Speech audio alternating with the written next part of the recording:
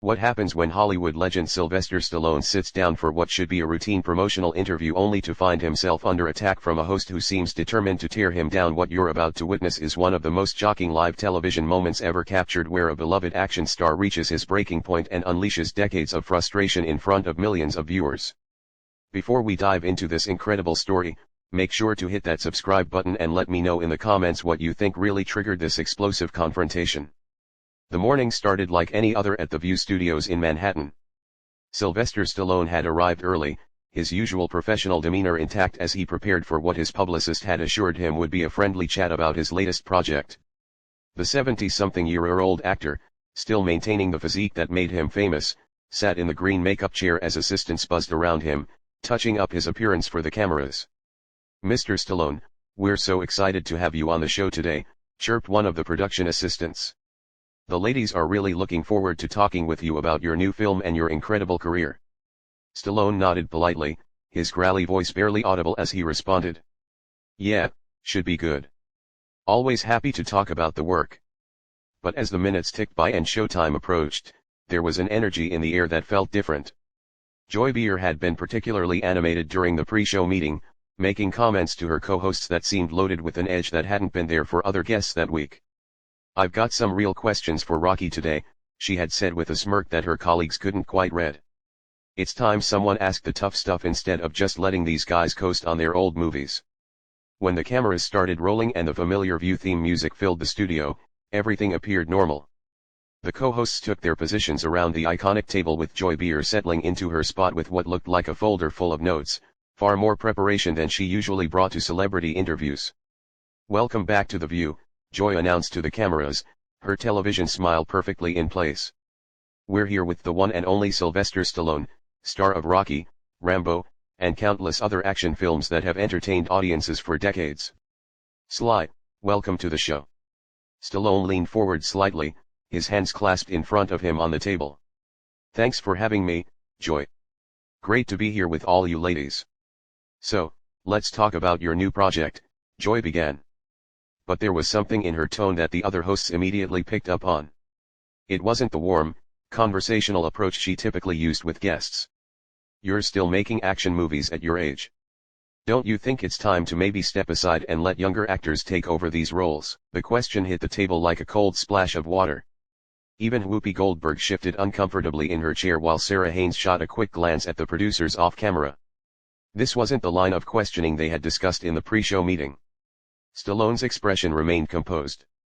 But those who knew him well could see the slight tightening around his eyes. "Well, Joy, I think as long as audiences want to see the stories, and I'm physically capable of telling them, age is just a number. I mean, Clint Eastwood was still making westerns well into his 80s. But Clint Eastwood is Clint Eastwood." Joy fired back, her voice taking on a sharper edge. "And let's be honest, your recent films haven't exactly been setting the box office on fire. Isn't this more about ego than actual audience demand?" The studio audience, which had been warmly applauding just moments before, fell into an uncomfortable silence. Stallone's jaw tensed slightly, but he maintained his professional composure. "I think the numbers speak for themselves," he replied evenly. "The Expendables franchise has been successful. Creed revitalized Rocky for a new generation, and people still connect with these characters. I'm not making movies for ego. I'm making them because there are stories worth telling." Joy wasn't backing down. She flipped through her notes dramatically, as if she had been preparing for this moment for weeks. "Speaking of Creed, wasn't that really Michael B. Jordan's movie? I mean, you were basically just there for nostalgia value, right, playing the same character you created 40 years ago." "Joy," Whoopi interjected gently, clearly trying to steer the conversation back to safer ground.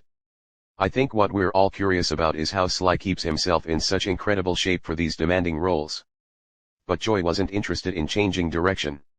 She had locked onto her target, and something in her demeanor suggested this had become personal, though no one in the studio could understand why. "No, I want to hear his thoughts on this."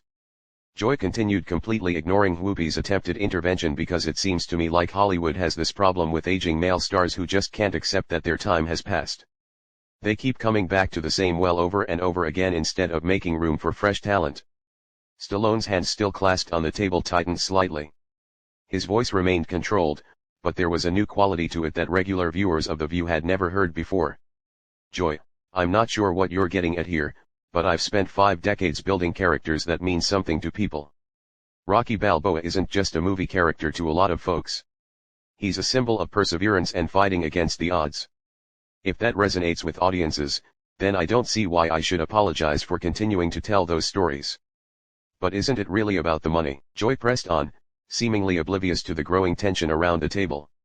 I mean, these franchises are cash cows, and you're just milking them for every dollar you can get, regardless of whether the stories are actually worth telling anymore. The other co-hosts were now exchanging worried glances. This was not the direction anyone had expected the interview to take, and the production staff behind the cameras were clearly scrambling to figure out how to handle what was rapidly becoming a hostile interrogation rather than a promotional interview. Stallone took a deep breath, his decades of media training kicking in as he tried to navigate what had become an increasingly uncomfortable situation. Look, Joy, I understand that everyone's entitled to their opinion about movies and careers and all of that, but I think you might be underestimating what these characters mean to people and why they continue to connect with audiences across generations. Do they though? Joy shot back immediately. Or is it just Hollywood's old boys club protecting each other and green lighting projects because of who you know rather than the quality of the material? The accusation hung in the air like a toxic cloud. Stallone's expression changed noticeably for the first time since the interview began. The professional mask slipped just slightly, revealing a flash of something much deeper and more intense. Excuse me. Stallone's voice dropped to a lower register, the kind of tone that had made him famous for playing tough guys who didn't back down from a fight. What exactly are you implying? Joy seemed to sense she had struck a nerve, and instead of pulling back, she leaned forward with what could only be described as predatory satisfaction. I'm not implying anything, Sly. I'm saying it outright. Hollywood is a business built on relationships and favors, and actors like you have been benefiting from that system for decades. While newer, more diverse talent gets pushed aside. The other hosts were now visibly uncomfortable. Sarah Haynes was staring down at her notes, clearly wishing she could disappear, while Alyssa Farah Griffin kept glancing toward the producers with an expression that screamed for help. Even the usually unflippable Whoopi Goldberg looked like she wanted to crawl under the table. Joy, maybe we should move on to talking about Sly's philanthropy work, Whoopi suggested, her voice carrying a warning tone that Joy seemed determined to ignore. No, I think this is important, Joy continued, her voice rising slightly. We talk all the time on this show about representation and giving opportunities to underrepresented groups, but then we celebrate actors who keep taking up space that could go to someone else. Stallone's eyes narrowed, and for a moment the cameras caught something that viewers would replay countless times in the coming weeks. It was the look of a man who had spent his entire career being underestimated, who had clawed his way up from nothing, and who was not about to sit quietly while someone questioned his right to exist in his own industry. Let me tell you something, Joy, Stallone began, his voice steady, but carrying an undercurrent of barely controlled intensity. I didn't get handed anything in this business. I wrote Rocky because nobody would give me a shot. I sold my dog to pay rent while I was trying to get that script made. When the studios wanted to buy it, they wanted to cast somebody else, somebody more established, somebody who fit their idea of what a leading man should look like. But that was 50 years ago. Joy interrupted, seemingly unable to read the warning signs that were obvious to everyone else in the room. What have you done lately besides recycle the same character over and over? The studio audience was dead silent now. Even the camera operators seemed to be holding their breath, sensing that they were witnessing something that would be talked about for years to come. Stallone's hands unclenched from the table, and he leaned back in his chair, his posture changing from defensive to something much more dangerous. What have I done lately? I've created opportunities for dozens of actors through the Expendables franchise. I've mentored young directors and writers. I've used my platform to tell stories about working-class heroes and underdogs who refuse to give up. All starring you, of course. Joy shot back with a laugh that sounded more like a bark. How convenient that all these opportunities for others just happened to revolve around keeping Sylvester Stallone in the spotlight. That was the moment. Anyone watching could see it in Stallone's face. The exact instant when decades of frustration and a lifetime of fighting for respect crystallized into something explosive. His voice, when he spoke again, was quiet but filled with a fury that made the entire studio feel smaller. You know what, Joy, I've been sitting here trying to be polite, trying to play the game. But I think you've got some kind of personal problem with me that has nothing to do with movies or representation or any of the high-minded principles you're pretending to care about. Joy's eyes widened slightly, clearly not expecting Stallone to push back so directly. I don't have a personal problem with you. I'm just asking the questions that need to be asked. No, Stallone said, his voice growing stronger. You're not asking questions. You're making accusations. You're sitting there acting like I'm some kind of relic who should just disappear so you can feel better about whatever agenda you're pushing this week. I don't have an agenda, Joy protested. But her voice had lost some of its earlier confidence. Really? Stallone leaned forward again, his intense stare fixed directly on Joy. Because from where I'm sitting, it sounds like you've got a problem with successful people who came from nothing and built something lasting. It sounds like you think anybody who's been around for more than 5 minutes should just step aside and make room for whoever you think deserves it more. The tension in the studio was now so thick, it was practically visible.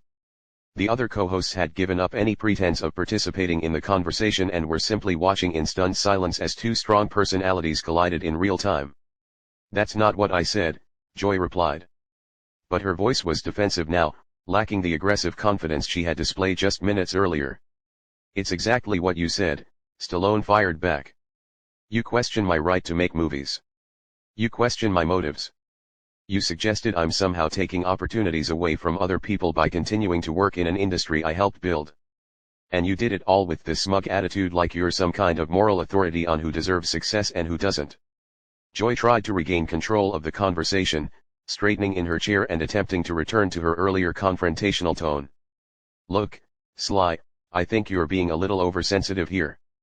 I'm just pointing out that Hollywood has a diversity problem and maybe actors of your generation need to step back and make room for fresh voices. But Stallone was no longer interested in playing defense.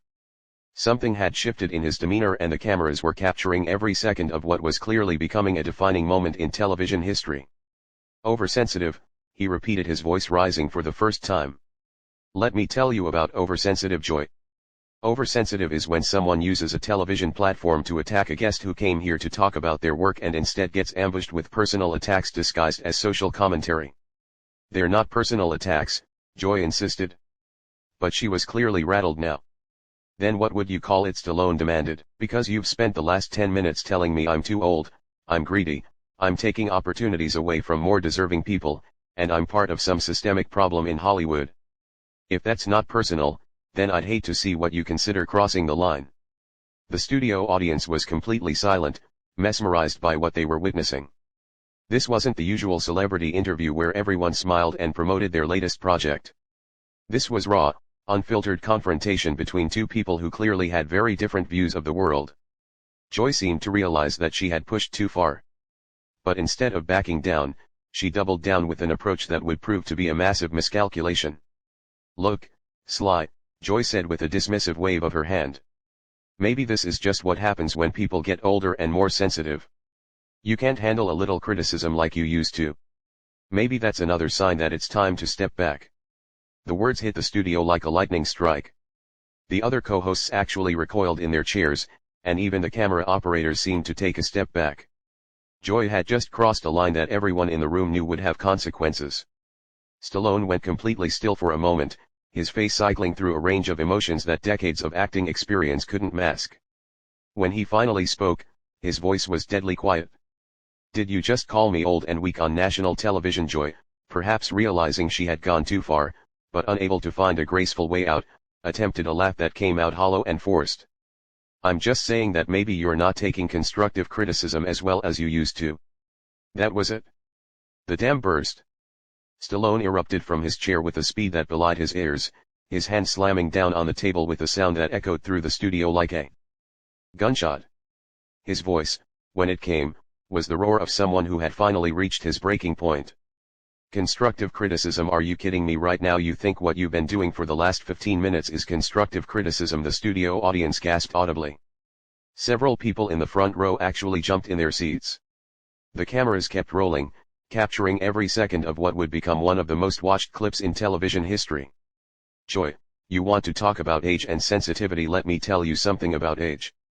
I'm 77 years old and I've been in this business since before you knew what a television camera was. I've taken more real criticism, more real rejection, more real hits than you could imagine in your worst nightmares. Joy tried to interrupt, but Stallone wasn't having it. No, no, no. You had your 15 minutes to tear me down. Now you're going to sit there and listen while I tell you exactly what I think about your so-called journalism. The other hosts were frozen in place, uncertain whether to try to intervene or simply let this play out. Whoopi had her hand halfway to her earpiece, clearly getting frantic instructions from the control room. But even she seemed paralyzed by the intensity of the moment. You want to know about taking opportunities away from people, Stallone continued, his voice building to a crescendo. What about the opportunity you just took away from your viewers to actually learn something interesting about filmmaking, about storytelling, about what it takes to create characters that last for generations? Instead, you turn this into some kind of personal attack disguised as social justice. Sly, I think you need to calm down, Joy said, but her voice was shaking now. Calm down. Stallone's laugh was bitter and sharp. You spend 20 minutes trying to humiliate me on live television, questioning my integrity, my work ethic, my right to exist in my own industry, and then you tell me to calm down. Who do you think you are? The studio was so quiet that the hum of the cameras was audible. Even the production staff behind the scenes had stopped moving, transfixed by what they were witnessing. I've been Rocky Balboa for 50 years, Stallone continued, his voice now carrying the full weight of his frustration. Do you know what that means? It means 50 years of people telling me I wasn't good enough, wasn't smart enough, wasn't the right type. 50 years of proving them wrong, and now you sit there in your comfortable chair with your comfortable job, and you think you can just dismiss all of that because it fits your narrative. Joy opened her mouth to respond, but Stallone held up a hand that stopped her cold. You want to talk about diversity and representation? Fine, let's talk about it honestly. When I wrote Rocky, I was a struggling actor from Philadelphia who couldn't get arrested in this town. The studios wanted to buy my script and cast a big-name actor. I said no. I fought for 2 years to play the character I created. And they told me I was crazy, that I'd never work again if I didn't take their deal. His voice was building again, fueled by decades of stored emotion. But I believed in that character, and I believe that working-class people deserve to see themselves as heroes on screen.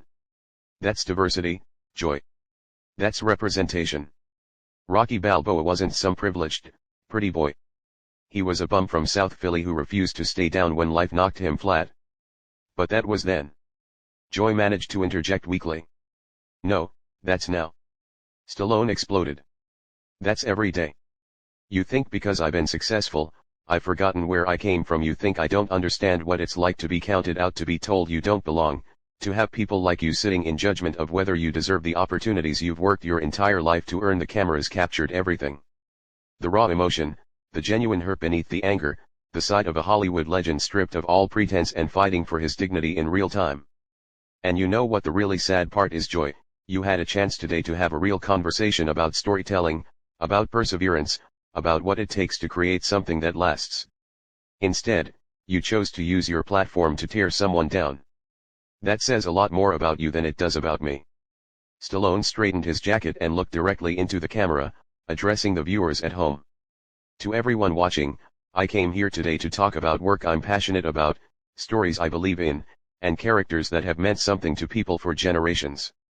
Instead, I got ambushed by someone who seems to think that success is something to be ashamed of rather than celebrated. He turned back to Joy, his voice now cold and controlled. You want to know about making room for new talent? I produced dozens of actors, directors, and writers who got their first big breaks working with me. I've used my influence to greenlight projects that studios wouldn't touch. I've spent my own money developing young talent because I believe in giving people chances. Joy sat in stunned silence, clearly realizing that she had completely misjudged both her target and her audience. But apparently, none of that matters to you, Stallone continued. What matters is that you get to play the role of the righteous crusader tearing down the establishment, even if that establishment is just a guy who came from nothing and worked his tail off to build something meaningful. He stood up and removed his microphone with deliberate precision. I'm done here. This isn't journalism. It's ambush television, and I don't have to sit here and take it. As Stallone walked off the set, the studio remained in shocked silence. The cameras continued rolling, capturing Joy's stunned expression and the obvious discomfort of the other hosts. What had started as a routine promotional interview had become something much bigger. A moment that would be analyzed and debated for years to come. And for those few explosive minutes, viewers had witnessed something rarely seen on television. The complete and total dismantling of a host by a guest who had finally had enough. If you enjoyed this incredible story of what happens when politeness meets its breaking point, make sure you hit that subscribe button and let me know in the comments. Do you think Joy Behar crossed the line, or was Stallone overreacting to legitimate questions?